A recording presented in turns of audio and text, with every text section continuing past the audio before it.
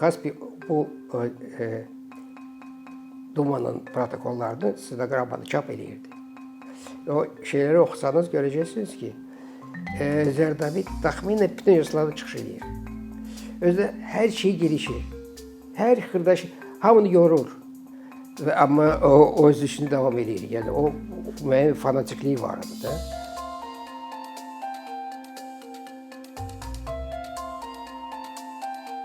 Mənim Azərbaycanım, mənim o hansı mənada, yəni mən onu necə qavrayıram, yəni məndən hansı təmasda olur, hansı Azərbaycanı mən bəyənirəm, hansını bəyənmirəm, yəni onlardan qısa çox danışdım. Yəni əslində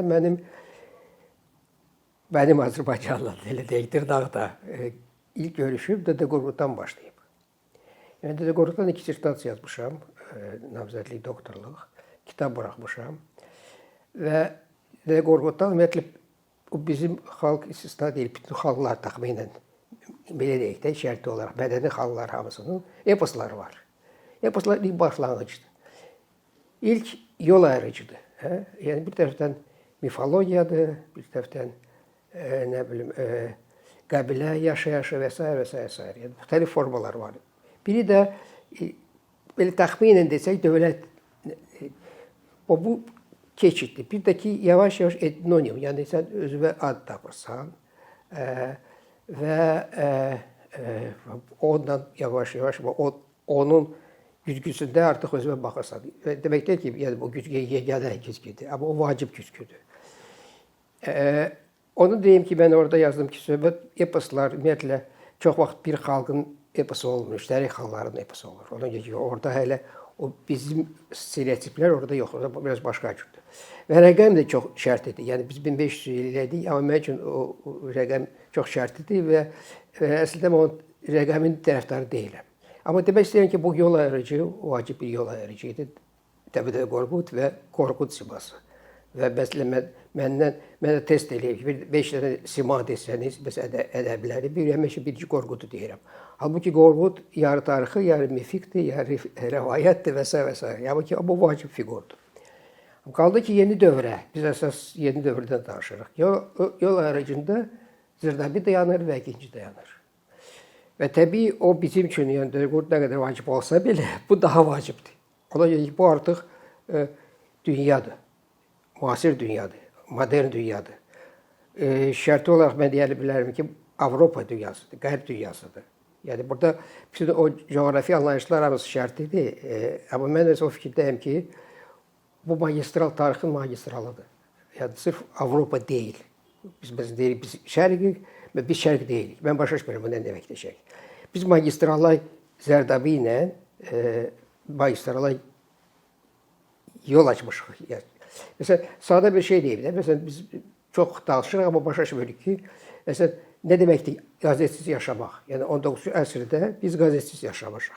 Qazetsiz yaşamışıq, deməli, informasiyadan kənarda yaşamışıq. İnformasiya kənarda başqa şuur yaranır, başqa insanlar yaranır.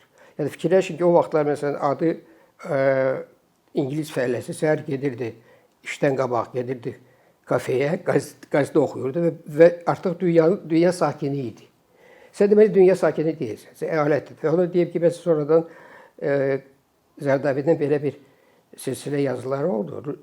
O rusca yazırdı da, əsasən. O rus dili başqa söhbətdir. Pismo Zaxalusi, yəni ucqarlıqdan məktublar. Yəni bu ucqarlıqdan məktublar mənim üçün həmişə məcaz kimi olur ki, yəni biz ucqarlığı məncə qırmamışıq hələ.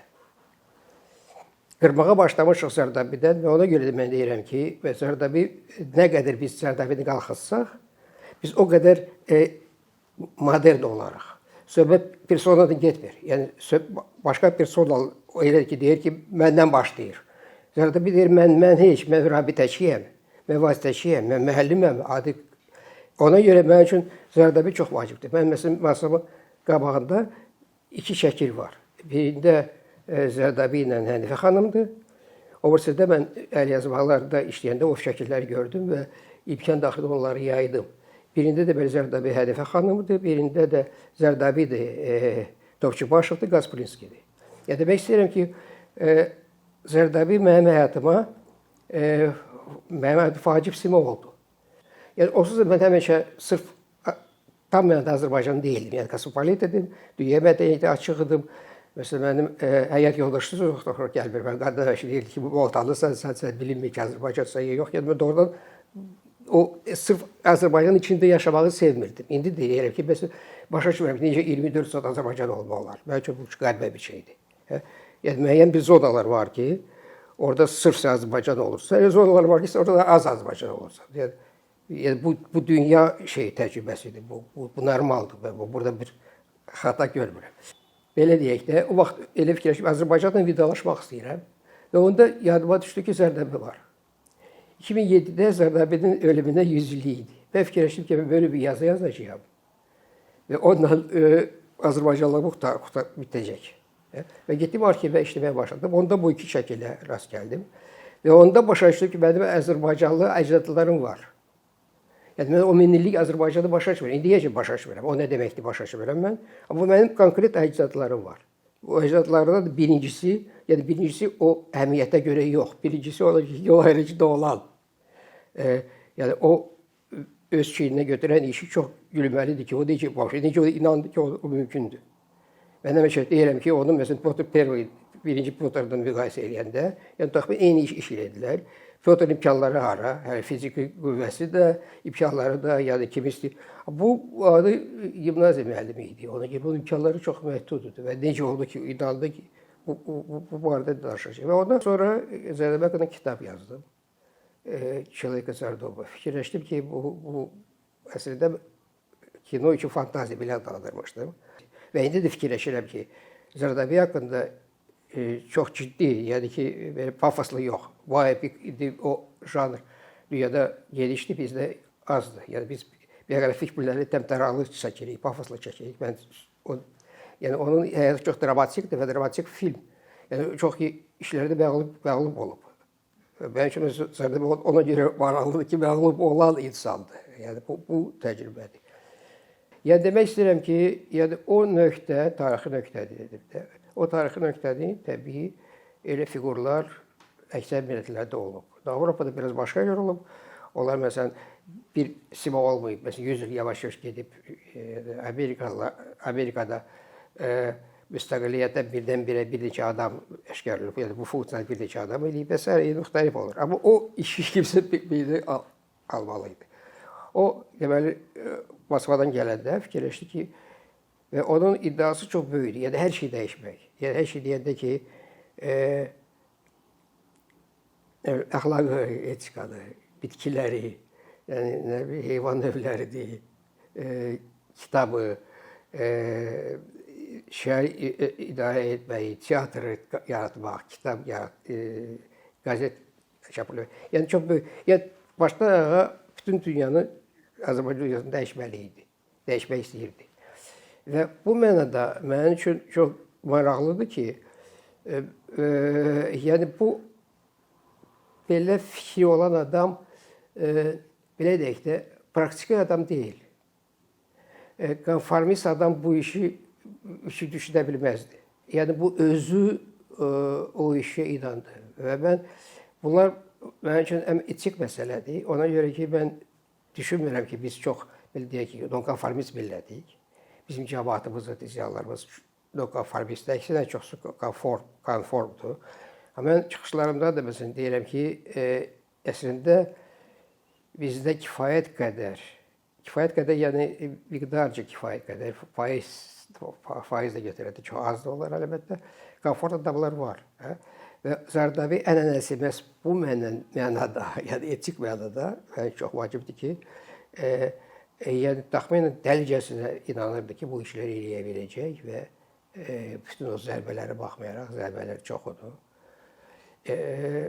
Məsələn, deyək ki, biz dərk eləmirik ki, qazeti buraxmaq nə deməkdir? O yerdəki, necə qazet, özəl qazet. Özəl qazet savadlı adamlar yox, müxbirlər yox, mətbəə yox, şrift yox və keç də yox. Yəni, sonradan bir Avropa müxbiri gəlmişdi onunla tanış olmağa və Hənifə xanım dedi ki, məndən mürakibə ki, mümkün ola bilər. Yəni, Avropada mümkün ola bilməzdi. İndi bəlkə ola bilər də ola bilməzsə, mən də ona getmək ki, özümüzü Avropada üstü görməliyik. Amma demək istəyirəm ki, bizdə belə adam yarandı. Qaldı ki, məsələn, mən bir dəfə yazmışdım ki, fikirləşirəm ki, deyək ki, Zərdabi o qəzeti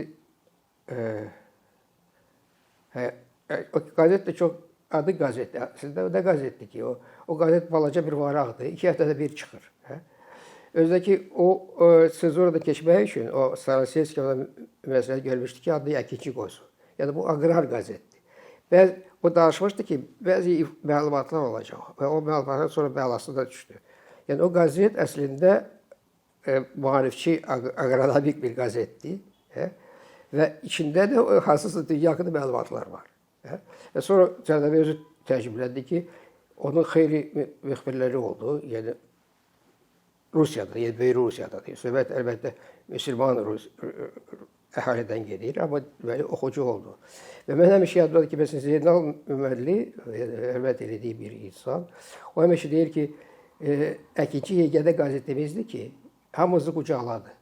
Qucaqladı sözü mən xoşuma gəlir. Yəni bizə sonra elə qəzet olmayıb. Amma məsələn bunlar hamısını niyə deyirəm? Məsələn Zərdabi indi birdən-birə ki, bizim dövrə gəlsəydi və qəzetlərə baxsaydı. İnformasiya vasitələrində.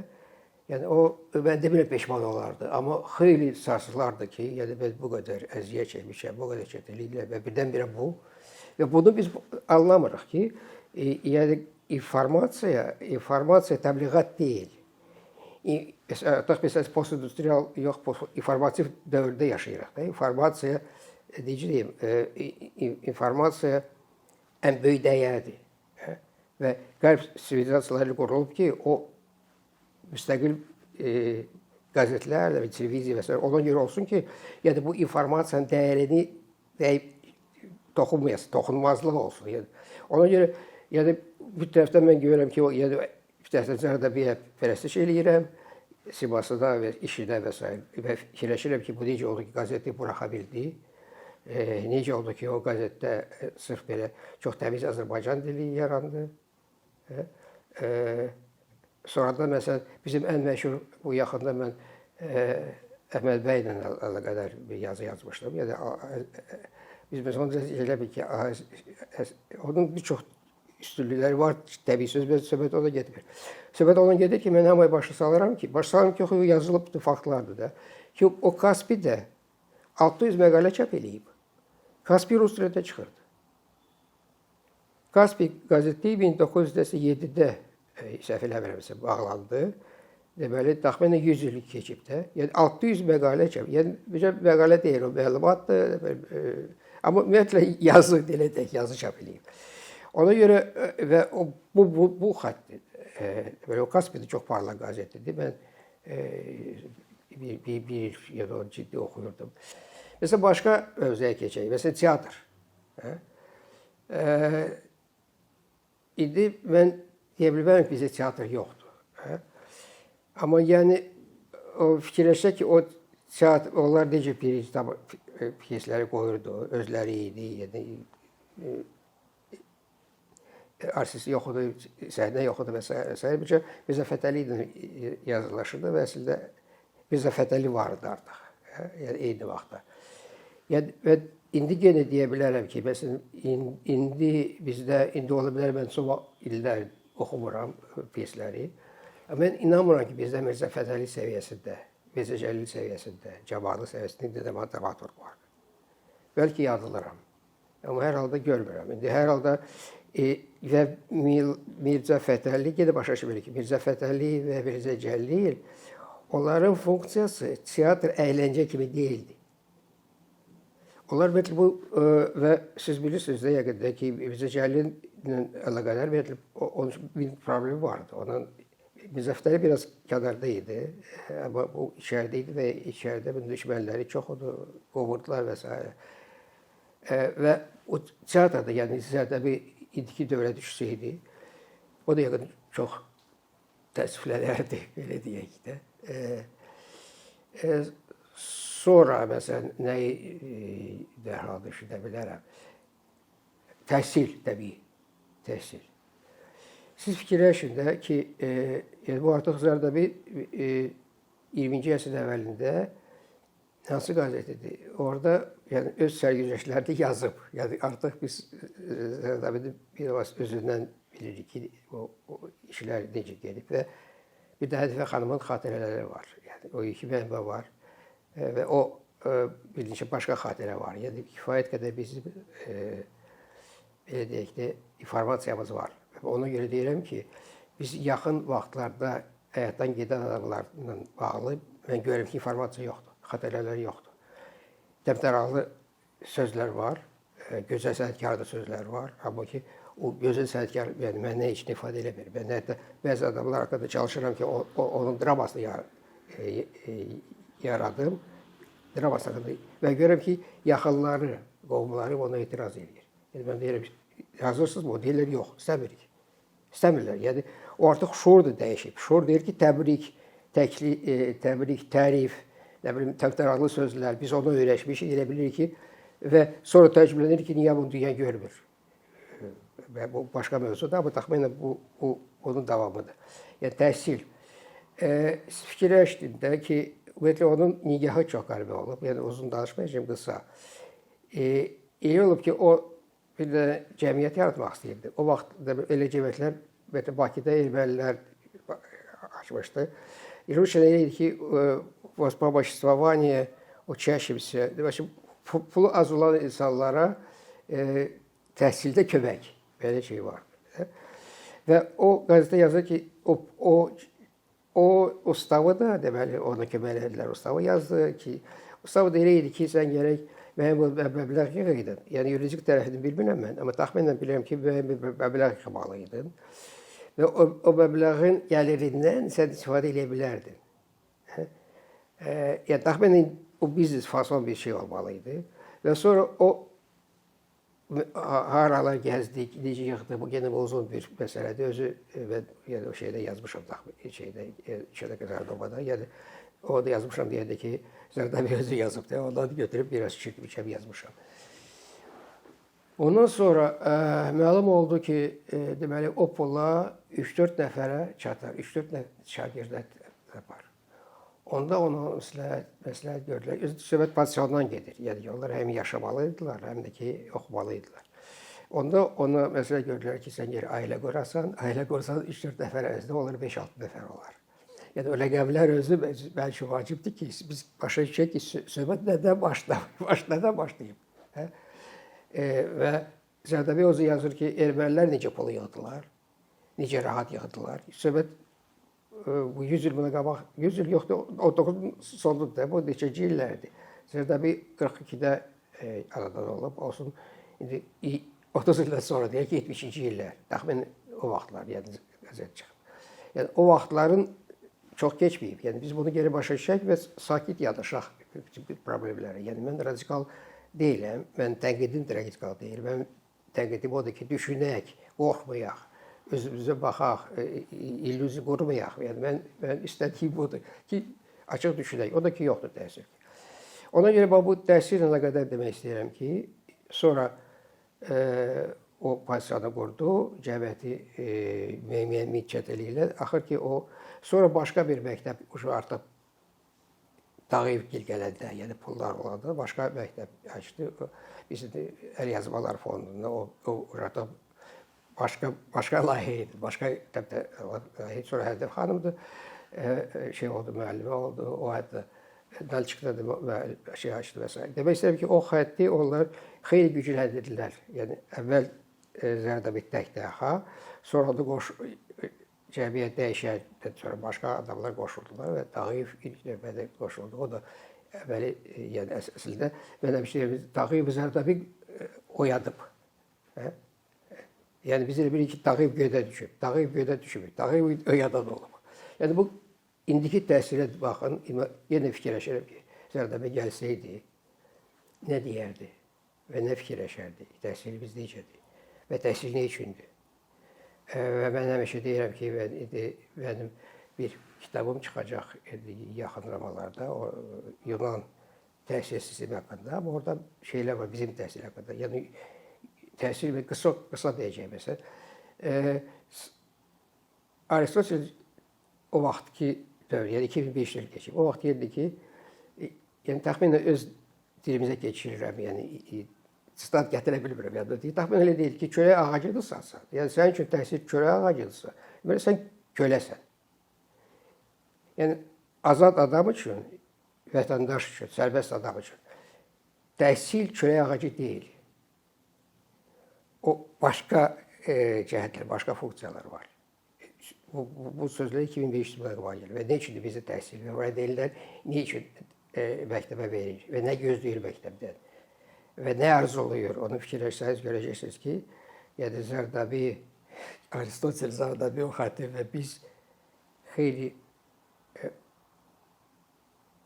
belə deyək də, xeyli sivil dəyərlərdə uzaqlaşmışıq. Sonra, məsələn, yadıma düşdükcə deyirəm ki, məsələn, çox vacib məsələ. O da şəhər idarə etməsi. Городское управление. Городское самоуправление. Yəni, söhbət ondan gedir ki, söhbət Rus imperiyasına gedir.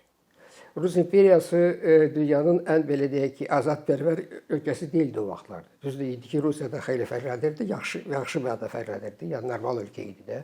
Yəni Avropa ölkəsi idi. Bütün o ziddiyyətlərlə və s. yəni ziddiyyətlər olmasaydı onun yedici olmazdı və s. Amma ümumiyyətlə normal ölkə idi. Təhsil vardı, çox nə bilim dəyərli adamlar vardı və o əslində o adamlar Zardabi'də oyatdılar. Zardabi Moskvada oyandı. Deməli Moskvada o azadpərvər insanlar da görüşdü və maarifçilər də görüşdü. Ona görə demək istəyirəm ki, o Rusiyanın bütün ziddiyyətlərinə baxmaqda, imperiyaya baxanda hər halda başqa cür ölkə idi və deməli şəhərlər xeyli sərbəst, Bakı çox xeyli sərbəst idi və şəhərdə o öz idarə etmə sistemi vardı.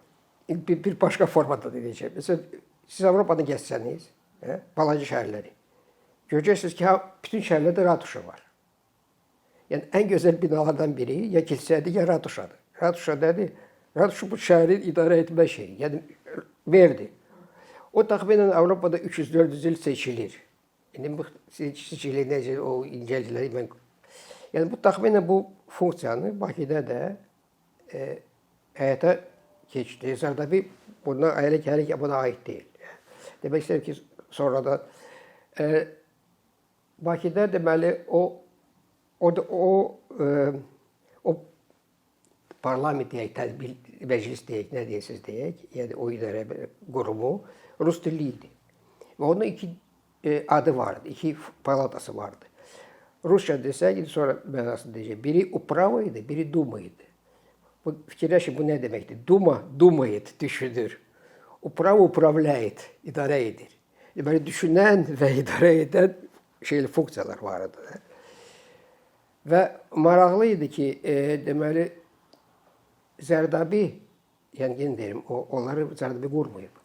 Amma Zardabi o vaxtların bizim varlı adamların, ağıllı adamlar vardısa, yəni artıq 90-cı illərdə onlar başlamışdı da, ümumiyyətlə bizdə təxminən 90-cı illərdən belə deyək də, hər şeyə çıxmadı, ondan sonra başa düşərsiniz mən deyim. Ümumiyyətlə deyir ki, mənim Azərbaycanım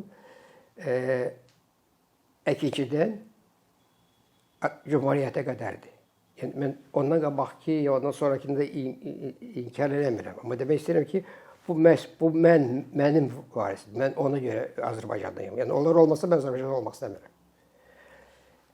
Və onun içində, bu 50 ilin içində də deməli, əkinçidən sonra Zardabi qovurlar, gəlir, görür ki, tam başqa ölkədir və o cümlədən görür ki, artıq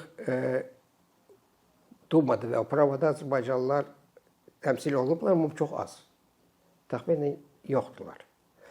Ondan sonra Tağıyev o bilərə başladı ki, siz necə bu şəhərdə yaşayırsınız, siz belə çox sakit yanaşırsınız. Və çalışdı ki, o sayı rəsmi olaraq o sayı artırılsın. O sayı deyil rəqəmi, təxminən 1/3 olsun. Halbuki, məsələn, belə deyək ki, Azərbaycan əhalisi, Azərbaycan adı yoxdur, amma təxminən başa düşürsənə söhbət gedir. O vaxtlar yenə 50-dən çoxudur. Məsələn, 9-un əvvəlində biz 90% idik. Sonra xeyli azaldı, başqaları artdı. Amma bütün hallarda 50-dən çoxudur. Yəni çoxlu burada indi iki rəqəmləri bilmirəm necədir. İndi yəqin 90 zaddır. Və o 50-dən çoxu bir 3-də olan şey necə deyim, tərkibi əlbəttə onu əsəbləşdirirdi ki, o əksinə əsəbləşdirdi, yox, əksinə çalışırdı ki, olmasın 3-də 1 olsun əvvəl. Sonra da qəribə əhvalat o özü yazır bu barədə. Deməli, o artıq Zərdubda idi, Zərdubda yaşayırdı, o da qovmuşlar və bura gəlib gedirdi. Bir deməli onun şagirdi deyək ki, ya həmkarı bilmirəm kim, o buna gəlib deyir ki, sən deyir, gəlib görsən, görəcəksən ki, onlar, o deputatlar Dumada oturub yatırlar. Dili bilmirlər, rus dili bilmirlər və belə kimsə öz adamını tapıb oraya salıb və bu gələndə sonra xeyli dava eləməyə başladı, sonra özü deputat oldu. Demək istəyirəm ki, o prosesdə də Zərdabinin təcrübəsi elə bir dünən deyil. Elə bir büyündü. Sonra ömrün axırında da qəribə əhvalat oldu. Deməli, 5-ci ildə idi, son seçkidə artıq Zərdabi ona baxmayaraq ki, məndən 20 il cavan idi ki, xeyli qoca idi və xeyli xəstə idi. Özü xəstəlikdən biri sklerozudur. Yəni, yaddan çıxırdı hər şey. Və son seçkilərdə onlar, deməli, Dumanın nümayəndələri Ənifə xanıma yaxınlaşıb deyiblər ki, sən ona xahiş elə ki, o şeydi verməsin, namizədliyi verməsin. Qocadır, yaddaşı yoxdur və s. O deyir ki, mən bu sözü ona deyə bilmərəm. Onlar sonra o şeyi qoydular, nə deyim o, qutunu. Amma Zərdabi seçilmədi. Amma özü bilmirdi ki, seçilməyib. Ona görə Ənifə xanım yazır ki, bəzən soruşurdu məndən ki, məni çoxdan çağırmırlar. O deyirdi ki, çağırırlar. O deyir, 15 il sonra yaddan çıxardırdı. Sonra da təxminən 2 ildən sonra həyatı dəyişdi. Və məhz o Kaspidən Kaspi bu Dumanın protokollarını stenoqramada çap edirdi. O şeyləri oxusanız görəcəksiniz ki, Zərdabi təxminən bütün yazılarda çıxış edir. Özdə hər şey girişir. Hər xırda şey, hamını yorur. Hətta məsələn, elə bir stenoqram var ki, o başladılar əl çalmağa kimi düşsün kürsüdən. Təxminən o yadınızdadır ki, Saxarovun, Ali Səfətdən bilirsiniz, yox, belə bir çıxışı oldu ki, hamı əl çalırdı ki, bəsdir. O da fikir vermirdi ki, hətta Qarbaçov xahiş edirdi ki, o təxminən belə bir vəziyyət Zərdabidə də olub ki, o hamını təngə gətirib, hamını yorur. Amma o öz işini davam edir. Yəni, o müəyyən fanatikliyi var idi da. Ona görə bu bizdə ümumiyyətlə Sovet dövründə şey vardı. İndi formalıdır, Baksovet vardı, Bakı Sovet vardı da. Yəni, seçilirdi, yalanıdır, riyakarıdır, təyin olurdu və bunlar hamısını mən başa düşürəm. Amma hər halda vardı. Yəni, biz bir addım irəli getməkdənsə, biz ləğv elədik və bizdə nə seçilmə meri var, nə parlament var. Bakının idarədə nə şey var, bələdiyyə var. Yəni, Bakı, yəni bu xətti götürəndə də görürsünüz ki, biz Zərdabidən Zərdabi uğurlarından tarixi mənada danışa bilmərik. Yenə deyirəm, mən üçün o tam bədbin olmaq üçün əsas deyil. Ona görə ki, mən yenə deyirəm, dəyişəcəyik istəsək də. Yəni, mən inanıram ki, bizdə enerji var, kifayət enerji var, ağıl var. Bir çox nöqsələr var təbii, amma ki, biz o kritik nöqtədə biz dəyişə biləcəyik. Ola bilər, bu idealist bir fikirdir, yəni mən o dövrü görməyəcəm. Amma yəni dəyişmək istəyəcəyiksə, mən bir şey deyirəm, biz ona görə dəyişə biləcəyiksə, o keçmişdə işıq var, nümunə var, o yol var və o ola bilər ki, məsələn, mən indi o yolun, belə deyək, bu indi danışıramsa, belə 2 nəfər bana qalanacaqsa, belə bu proses də belə davam edir də. Yəni, biz gərək qorxmayaq ki, oxucu azdır, dinləyici azdır, eşidən azdır və s.